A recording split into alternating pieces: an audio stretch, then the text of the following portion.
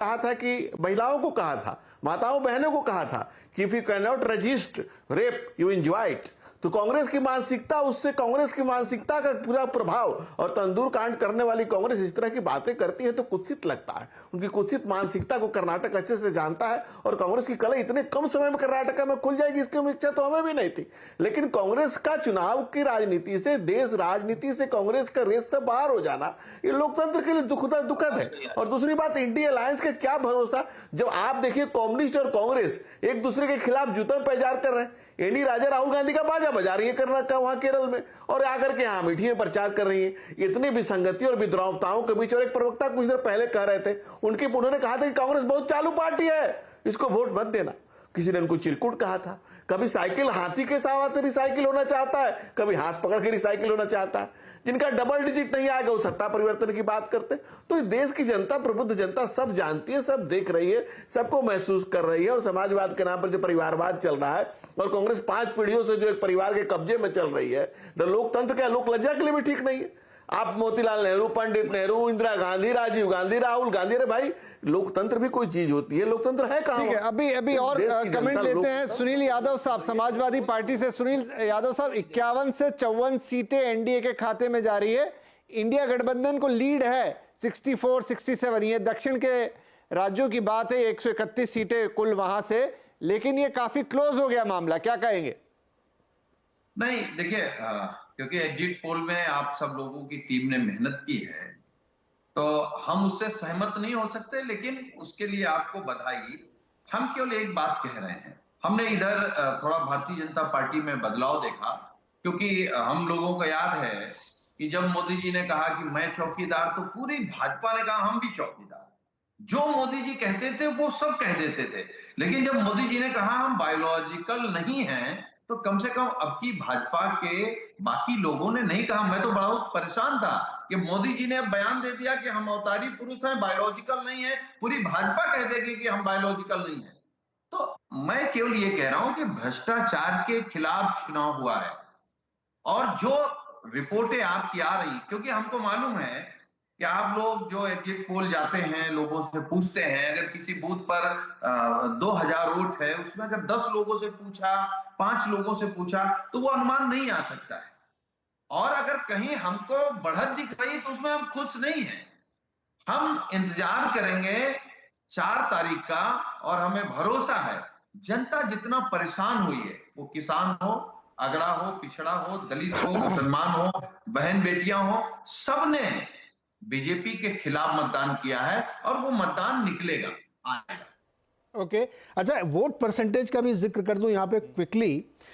तमिलनाडु और पुडुचेरी का कंबाइंड अगर आप लेंगे तो इसमें जो वोट परसेंटेज आ रहा है ना, वो काफ़ी सिग्निफिकेंट है, उसको ध्यान में देना चाहिए। बीजेपी को 15% और एनडीए को 17%, ये तमिलनाडु पुडुचेरी कह रहा हूँ। तो चूंकि मेरे ख्याल में इस पर मैं शेखर जी से कमेंट लूँगा, मुझे बहुत बड़ा जंप नहीं दिख रहा है इसमें, टेक्टिकल हो सकता है, क्योंकि विधानसभा की पिछली बार भी इसने काफ़ी अच्छे वोट परसेंटेज रखे थे। लेकिन इंडिया अलायंस के पास 49% वोट परसेंटेज आ रहा है, जिसमें कांग्रेस हुई सब मिला के स्टिल जो है सीट 1 से 3 लूज होती हुई दिख रही है यहाँ पे। केरल में इंडिया अलायंस के पास 45% जो है वोट शेयर है, जिसमें अकेले कांग्रेस का 38% और दिख रहा है, इंडिया अलायंस का 16% के आसपास आ रहा है। कर्नाटक में बहुत सिग्निफिकेंट यहाँ पे आप चेंज देखेंगे।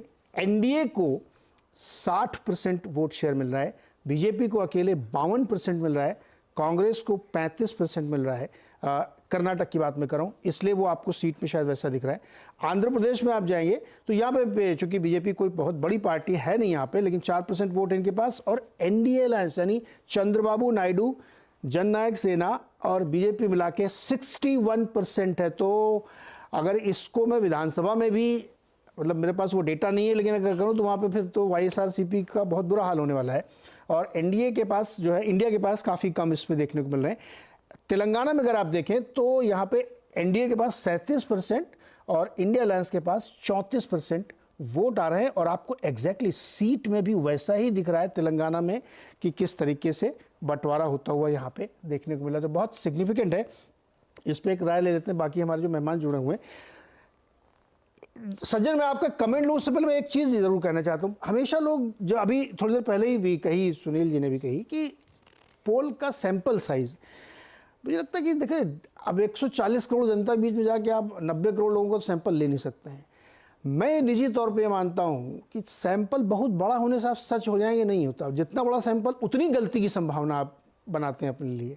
सैंपल छोटा और रिप्रेजेंटेटिव होना चाहिए, वो सही सैंपल होता है। इसलिए बहुत बड़ा 5 लाख लोगों को सर्वे करके आप सही हो जाएंगे, एकदम नहीं है, उतनी ज़्यादा गलती करेंगे आप।